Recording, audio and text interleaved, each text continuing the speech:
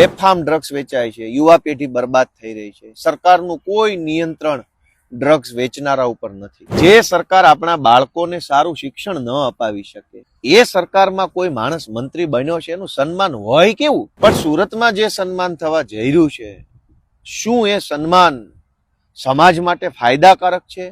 આવતીકાલે 3 જાન્યુઆરી 2026 ના રોજ સુરતના મોટા વરાછા ખાતે એક ભવ્ય રાજસ્વી સન્માન સમારોહનું આયોજન થયું છે. એટલે કે ગુજરાત સરકારની અંદર જે લોકો નવા નવા મંત્રીઓ બન્યા છે, ધારાસભ્યો બન્યા છે, વગેરે વગેરે વગેરેનું સમાજ તરફથી સન્માન કરવાનો એક કાર્યક્રમ આયોજન કર્યો છે. કોઈ વ્યક્તિ જીવનમાં કંઈક ઉપલબ્ધિ મેળવે અને એનું સન્માન થાય, એ ખોટું તો નથી જ, એ વ્યાજબી છે. જીવનમાં અનેક સંઘર્ષો કરીને કોઈ માણસ કોઈ જગ્યાએ પહોંચે તો સમાજે એનું સન્માન કરવું જોઈએ. અને એ જ તો વ્યક્તિની મહેનતની સાચી કદર છે. પણ સુરતમાં જે સન્માન થવા જઈ રહ્યું છે, શું એ સન્માન સમાજ માટે ફાયદાકારક છે કે ફાયલો ફેરવનારા માટે ફાયદાકારક છે, એ જાણવું પણ બહુ જરૂરી છે. સુરત આખાની અંદર બેફામ ડ્રગ્સ વેચાય છે, બેફામ, એનો કોઈ હદ નથી. સરકારમાં બેઠેલા લોકો આ બેફામ ડ્રગ્સ વેચાય છે એમાંથી હપ્તા પણ લેતા હશે, અને બધી જ વસ્તુના પુરાવા તો શું હોવાના, અને પુરાવા હોય એની અંદર પણ ક્યાં ફાંસી થઈ ગઈ છે કોઈને. બેફામ ડ્રગ્સ વેચાય છે, યુવા પેઢી બરબાદ થઈ રહી છે. સરકારનું કોઈ નિયંત્રણ ડ્રગ્સ વેચનારા ઉપર નથી. એ જ સરકારમાં મંત્રી બનેલા માણસોનું સન્માન આવતીકાલે થશે, તો એ સન્માન કેવું હશે એ જોવા જેવી બાબત છે.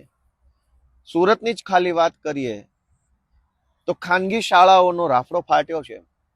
ગરીબ માણસ, નાનો માણસ, હીરા ઘસતો માણસ, મજૂરી કરતો માણસ, એ પોતાના બાળકોને ભણાવી શકે એવી પરિસ્થિતિમાં નથી. આરટીઈના એડમિશનો લીધા હોય તો પ્રાઇવેટ શાળાઓ વાળા અનેક બાળકોને અલગ બેસાડી રાખે, નાસ્તો ન આપે, બસમાં ન આવવા દે, ધાક ધમકી કર્યા કરે, એડમિશન કેન્સલ કરાવવા માટે થઈને ખોટી ખોટી રીતે હેરાન કરે. આવું બધું થાય જ છે. અને એ જ સુરતમાં શિક્ષણ મંત્રી આવવાના છે પાછા, અથવા કોઈ પણ XYZ મંત્રી આવવાના છે. જે સરકાર આપણા બાળકોને સારું શિક્ષણ ન અપાવી શકે, એ સરકારમાં કોઈ માણસ મંત્રી બન્યો છે, એનું સન્માન હોય કેવું? લોકોએ વિચારવું પડશે કે કેવું સન્માન કે જે મંત્રી, જે સરકાર, જે મુખ્યમંત્રી પોતાના રાજ્યના કે સમાજના બાળકોને એક સારું શિક્ષણ નથી અપાવી શકતા.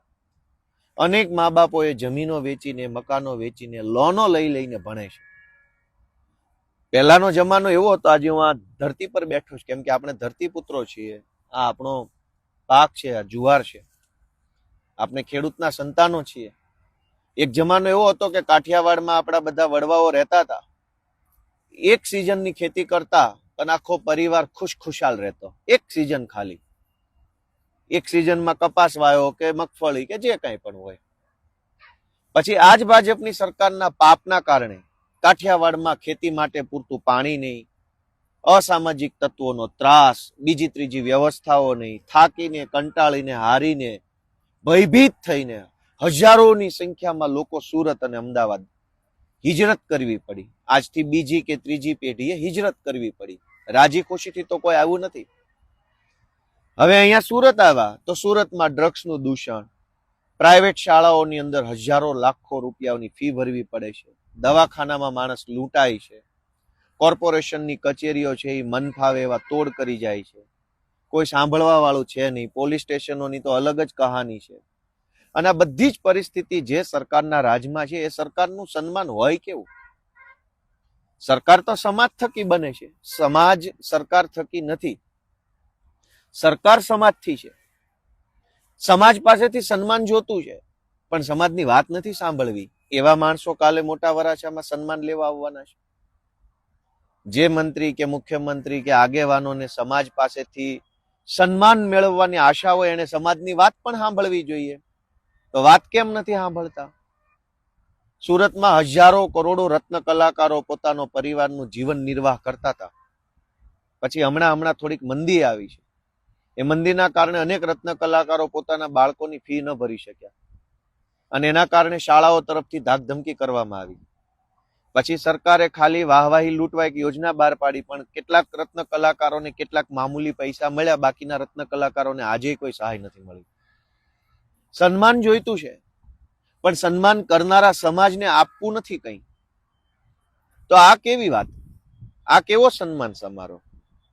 અને સૌથી મહત્વની વાત કે આજ વરાછા વિસ્તારમાં સન્માન સમારોહ રાખ્યો છે. વરાછામાં તો એક કોલેજ નથી. 30 વર્ષ થઈ ગયા. કોર્પોરેશન, કેન્દ્ર સરકાર, રાજ્ય સરકાર બધું જ એક પાર્ટીનું. તો વરાછામાં આપણા દીકરા દીકરીઓ માટે કોલેજ કેમ ન બની? અનેક દીકરા દીકરીઓ સિટી બસોની અંદર ઘેટા બકરાની જેમ ઠૂસાઈને ક્યાં છે અડાજણ ને પાલ ને વેસુ ને પેલી બાજુ ભણવા જવું પડે છે. કાઠિયાવાડમાંથી હિજરત કરીને સુરતમાં આવ્યા તો સુરતમાં ઠેકાણું તો પડ્યું નહીં. સુરતમાં ઘેટા બકરાની જેમ બસોમાં બેસવું પડે છે.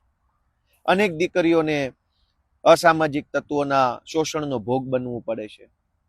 કેટલી ઘટનાઓ બને છે, પછી તો મા બાપ પણ જતું કરી દે છે. તો ત્યારે આ સન્માન લેવા માટે આવનારી ટોળકી છે કેમ નથી બોલતી કઈ? વરાછામાં કોલેજ કેમ નહીં? આટલો વિશાળ સમાજ રહે છે, આટલા બધા લોકો રહે છે. એક સારી કેશુભાઈ પટેલ સરકારી કોલેજ વરાછામાં હોવી જોઈએ એવી ઘણા સમયથી માંગણી છે. કેમ કોલેજ બનતી નથી? દોસ્તો, આ સન્માનના નામે આવનારી ટોળકીને ઓળખવા પડશે કે આ સન્માન છે શેનું. સૌથી મહત્વની વાત કે થોડાક દિવસ પહેલા હું એક રાજકીય રીતે ખૂબ જ પીઢ કહી શકાય, અનુભવી કહી શકાય એવા એક વ્યક્તિ સાથે બેઠો હતો. ઉંમર અને અનુભવમાં બંનેમાં ખૂબ પીઢ કહેવાય એવા. ચર્ચા દરમિયાન એક વાત નીકળી. એમાં એવો પ્રશ્ન આવ્યો, બીજા બે લોકો પણ બેઠા હતા, કે આ ફલાણાને મંત્રી કેમ બનાવ્યો, ફલાણાને મંત્રી કેમ બનાવ્યો, પેલાને કેમ બનાવ્યો. બે ચાર અલગ અલગ વ્યક્તિઓના શા માટે મંત્રી નવી સરકારમાં બનાવ્યા એની ચર્ચા નીકળી. તો જે પેલા પીઢભાઈ હતા એને બહુ સરસ જવાબ આપ્યો. અત્યારે ચારો તરફ છે ને આપણા સમાજના વ્યક્તિ મંત્રી બની ગયા એટલે એનું સન્માન સમારોહ. પણ પેલા પીઢ માણસની વાત સમજવા જેવી હતી. એને એમ કીધું કે એક્સ નામના વ્યક્તિને, કદાચ એક્સમાં નહીં સમજાય, આપણે ચંદુ નામના વ્યક્તિને કેબિનેટ મંત્રી બનાવ્યો. શું કામ બનાવ્યો? તો પેલા પીઢ માણસે એવું કીધું કે એને કઈ આવડતું નથી એટલે બનાવ્યો. પબ્લિકે એવું કીધું કે આને કઈ આવડતું નથી તો આને કેમ મંત્રી બનાવ્યો? તો પેલા પીઢ માણસે એમ કીધું કે કાંઈ નથી આવડતું ને ઈ જ એની લાયકાત છે ને એટલે જ એને મંત્રી બનાવ્યો છે. કંઈક આવડતું હોત તો નથી બનાવવાનો. તો પેલા બે લોકોને જિજ્ઞાસા થઈ કે કઈ નથી આવડતું એને મંત્રી બનાવ્યો. આ કોઈ લાયકાત છે? કે ગાંડો છે, ગમાર છે, બુદ્ધિ વગરનો છે, ઓછી ખબર પડે છે, નથી કાંઈ એનામાં કઈ નૂર નથી, દેશી ભાષામાં એનામાં કોઈ તાકાત, બળ કે વિલ પાવર નથી, તો એને કેવી રીતે બનાવ્યો? તો પીઢ માણસે કીધું કે એનામાં કઈ નથી એટલે જ એને બનાવ્યો. તો આ બાજુના ભાઈએ પાછું પૂછ્યું કે એવું કેમ? તો પીઢ માણસે જે જવાબ આપ્યો એ સમજવા જેવો છે. પીઢ માણસે એવું કીધું કે જેનામાં કાંઈ ન હોય ને એને ગમે ત્યારે રવાના કરી દે, મંત્રીમંડળમાંથી કાઢી મૂકે, તો એની હારે તાલુકાનો પ્રમુખ પાર્ટી ન બદલે. જૂના જમાનામાં એવા કદાવર નેતાઓ હતા મંત્રીમંડળમાં કે ખાલી રાજીનામું આપવાની વાત કરે ને તો એની બાજુમાં બીજા 20, 30, 15 ધારાસભ્યો હોય કે અમારા ફલાણા મંત્રી રાજીનામું આપશે તો 20 ધારાસભ્ય એની ભેગા જતા રહેશે. ભાજપની સરકારે શું કરી કે મંત્રી એવાને બનાવવાનો જે નમાલો હોય, નબળો હોય, નિર્બળ હોય, વિલપાવર વગરનો હોય, એનામાં બહુ કઈ લાંબી ગતાગમ ન હોય, જેથી કરીને જેમ દબાવો હોય, જેમ દુરુપયોગ કરવો હોય, જેમ ઘસવો હોય, જેમ એને છોલવો હોય એમ છોલી શકાય. અને છેલ્લે જયારે એને કાઢી મૂકે મંત્રીમંડળમાંથી રાતોરાત કે ચાલો એ નીકળો બધા જ ભાગો અહીંથી, ત્યારે સમાજ નારાજ ન થાય. કેમ કે આજે સમાજ સન્માન કરે છે, પણ મંત્રીમંડળમાં કાઢી મૂકશે ત્યારે સમાજ નારાજ નહીં થાય. શું કામ? કેમ કે સમાજનો નેતા તો છે જ નહીં. જૂના જમાનામાં એવું હતું કે મંત્રીમંડળમાંથી એકાદા વ્યક્તિને પડતો મૂકે તો આખો સમાજ નારાજ થતો ને એનું પરિણામ ચૂંટણીમાં દેખાતું. એટલે ભાજપે નક્કી કર્યું કે જે સમાજનો નેતા જ ન હોય, સમાજ આરે જેને કઈ લેવા દેવા જ ન હોય, સમાજની અંદર ભાવનાથી જોડાયેલો ન હોય, જેની પાછળ હજારો યુવાનો કે હજારો વડીલો જોડાયેલા ન હોય, એવા ગાંડાને મંત્રી બનાવવાનું. એટલે ભવિષ્યમાં જયારે એને મંત્રીમંડળમાંથી કાઢી નાખો ત્યારે આખો સમાજ નારાજ ન થાય. એટલે આજે જે સન્માન થઈ રહ્યું છે એ સમાજના નેતા નથી થઈ રહ્યું. એ તો ભાજપની પોલિસી છે. પેલા પીઢ માણસે શું કીધું કે જેની પાછળ સમાજનું પીઠબળ ન હોય એને જ મંત્રી બનાવવાનું. ગુજરાતમાં એક જ મંત્રી એવા છે જેની પાછળ સમાજનું પીઠબળ છે, એ છે પરસોત્તમભાઈ સોલંકી. છે કેટલાય વર્ષોથી મંત્રી છે અને કોઈની હિંમત નથી એને કાઢવાની. શું કામ? કેમ કે એની પાછળ સમાજનું પીઠબળ છે. તો સમાજના પીઠબળ વાળો નેતા કેવો હોય એનો દાખલો આ રહ્યો. બાકી બધા શું છે? આયારામ ગયારામ. હવે એનું શું સન્માન અને કેવું સન્માન? જેનું પોતાનું કોઈ આત્મસન્માન નથી એનું સમાજ શું સન્માન કરવાનું? સમાજના પ્લેટફોર્મ પરથી તો વટવાળા હોય એના સન્માન થતા. જૂના જમાનામાં સન્માન કોના થતા? વટવાળા માણસનું સન્માન થતું, સ્વાભિમાન વાળા માણસનું સન્માન થતું. સ્વાભિમાનના ભોગે માણસ કંઈ પણ કરવા તૈયાર ન થતો, એવા માણસનું સન્માન થતું. આજ સ્વાભિમાન બાભિમાન કઈ નહીં ભાઈ. મને તો ભાજપમાં જે કહે છે હું કચરા પોતાય કરીશ મંત્રીમંડળની ઓફિસમાં, એવા માણસોના સન્માન. એટલે સન્માન થાય એ ખોટું નથી, પણ સમાજનું વાસ્તવિક પીઠબળ જેની પાછળ ન હોય એવા માણસો મંત્રી બની જાય કે ધારાસભ્યો બની જાય કે કંઈ પણ બની જાય. હું તો એમ કહું અમેરિકન રાષ્ટ્રપતિ બની જાય. તેમાં હરખાવા જેવું શું છે? નહીતર સમાજમાં આટલા બધા પ્રશ્નો છે. જમીન માપણીનો પ્રશ્ન છે. આખા ગુજરાતમાં એટલી હદે ખેડૂતો પરેશાન છે જમીન માપણીના કારણે કે એની કોઈ પીડાનો પાર નથી. હજારો ખેડૂતો કાગળિયાઓની થેલીઓ લઈ લઈને પ્રાંત ઓફિસ, મામલતદાર ઓફિસ, DILR ટિપ્પણ કઢાવે, સિટી સર્વેમાન, એમાન તેમાન જ્યાં હોય ત્યાં જાય છે. કોઈ મેળ પડતો નથી 10-10 વર્ષથી. સન્માન લેવા આવેલા સન્માનની મંત્રીઓને આપણે પૂછવું ના જોઈએ કે આ તમારી સરકાર છે તો આ ધક્કા કાં ખાવા પડે છે અમારે પ્રાંત ઓફિસોમાં અને DILR કચેરીઓમાં? અનેક લોકો પોતાની જમીનની મેટરોમાં ખાતરની લાંબી લાંબી લાઈનો લાગે છે, બિયારણમાં કોઈ છેતરી જાય છે, ટેકાના ભાવની ખરીદીની અંદર ભયંકર ભ્રષ્ટાચાર થાય છે. તો આ સન્માનની મંત્રીઓ જે આવી રહ્યા છે એને કોઈ કહેવા વાળું નથી કે આ બધું ખોટું થાય છે, તમે નથી જોઈ રહ્યા? પણ આ લોકો સમાજના નેતા નથી એટલે જ મંત્રી છે. તો પછી જે સમાજનો નેતા જ નથી એનું સમાજ દ્વારા સન્માન કેવું આવે? મારે તો એ બધા લોકોને નમ્ર વિનંતી કરવી છે કે સમાજનો નેતા કેવો હોય? કેશુભાઈ પટેલ જેવા હોય. કેશુભાઈ પટેલ જ્યારે એને મુખ્યમંત્રી પદેથી હટાવવામાં આવ્યા ત્યારે રાજકોટની અંદર એક સંમેલન થયું હતું ને હજારો લોકો ભેગા થયા. હજારો નહીં, કરોડો લોકો ભેગા થયા. જગ જાહેર છે, બધાને ખબર છે. સમાજનો નેતા એવો હોય. અહીંયા તો ઉપરથી ફોન આવે દિલ્હીમાંથી કે હાલો ભાઈ તમારા બિસ્તરા પોટલા ભરી લો, હાલો નીકળો છટકાવો અહીંથી, હાલો ભાગો ફૂટ. એક શબ્દ નથી બોલી શકતા. એક શબ્દ નથી બોલી શકતા બાપા મારો વાંક શું છે, મને શું કામ કાઢી નાખો છો? તો સરકાર પોતે એટલે કે ભાજપ પાર્ટી પોતે જેને નબળો માને છે, પોતે જેને નમાલો માને છે, પોતે જેને બિનકાર્યક્ષમ માને છે એને જ તો મંત્રી બનાવે છે. હવે એવા મંત્રીનું સન્માન કેવું હોય? કોઈ ભાજપના કાર્યકર્તાને પૂછીએ તો એ કહે છે કે શું ફલાણા ભાઈને કેપેબલ છે એટલે મંત્રી બનાવ્યો છે કે કેપેબલ નથી એટલે બનાવ્યો છે? ખાલી આટલો જ પ્રશ્ન પૂછવાનો કે આ મંત્રીમંડળમાં મંત્રી બનાવ્યા છે એ બહુ અનુભવી છે, પીઢ છે, સ્ટ્રોંગ છે, તાકાતવાળા છે, બુદ્ધિશાળી છે, નોલેજ વાળા છે, ડબલ PhD કરેલું છે એટલે બનાવ્યા છે કે આ ગાંડા છે એટલે બનાવ્યા છે? એક બે અપવાદરૂપ સારા હોશિયાર હોઈ શકે, એવું કઈ 100% ખરાબ એવું માનતા નથી આપણે, પણ મોટા ભાગનાને ભાજપે એની શું લાયકાત જોઈને મંત્રી બનાવ્યા છે કે સમાજ એનું સન્માન કરે? એનામાં કોઈ લાયકાત નથી, એ જ એની મેન લાયકાત છે. એ ઓલા પીઢ માણસે કીધું કે કાલ આ માણસ જૂથબંધી કરવા ઈચ્છે ને તો પાર્ટીમાં તાલુકાનો પ્રમુખ કે વોર્ડનો પ્રમુખ આની પાછળ ઉભો ના રહેવો જોઈએ. ઈ લેવલના સાધારણ માણસોને મંત્રી બનાવવાનું. નહીતર મંત્રી નારાજ થાય તો મંત્રી કમસે કમ જે જિલ્લાનો હોય આખા જિલ્લાનું સંગઠન બેસી જવું જોઈએ કે અમારા જિલ્લાના ફલાણા મંત્રીને હટાવી શેના દીધા તમે? પણ હમણાં જ નવું જૂનું મંત્રીમંડળ કાઢ્યું. એક પેજ પ્રમુખ નારાજ ન થયો મંત્રીના પોતાના જિલ્લામાંથી કે ગામમાંથી કે તાલુકામાંથી. તો એવા માણસને બનાવવામાં આવે છે જેની કોઈ ક્ષમતા, કોઈ લાયકાત, કોઈ વિઝન, કોઈ આવડત જ ન હોય. હવે જેનું કઈ છે નહીં એનું સન્માન કેવી રીતનું હોય? એનું શું સન્માન? અને એ સન્માનથી સમાજને કેવો ફાયદો થાય આપણે જાણવું પડે. આવું સન્માન સમારોહ યોજનારા લોકોની ફાઇલો કદાચ જાજી પાસ થઈ જાય, આવું બને. સમાજ તો સમાજના છોકરાને ભણાવવા માટે લોન લેવી હોય ઈડબ્લ્યુએસ માંથી, પેલું MYSY યોજનાની, તો ફાઇલો ફાઇલો ફાઇલો ફાઇલો, એટલી બધી ફાઇલો કે એની વાત જવા દો.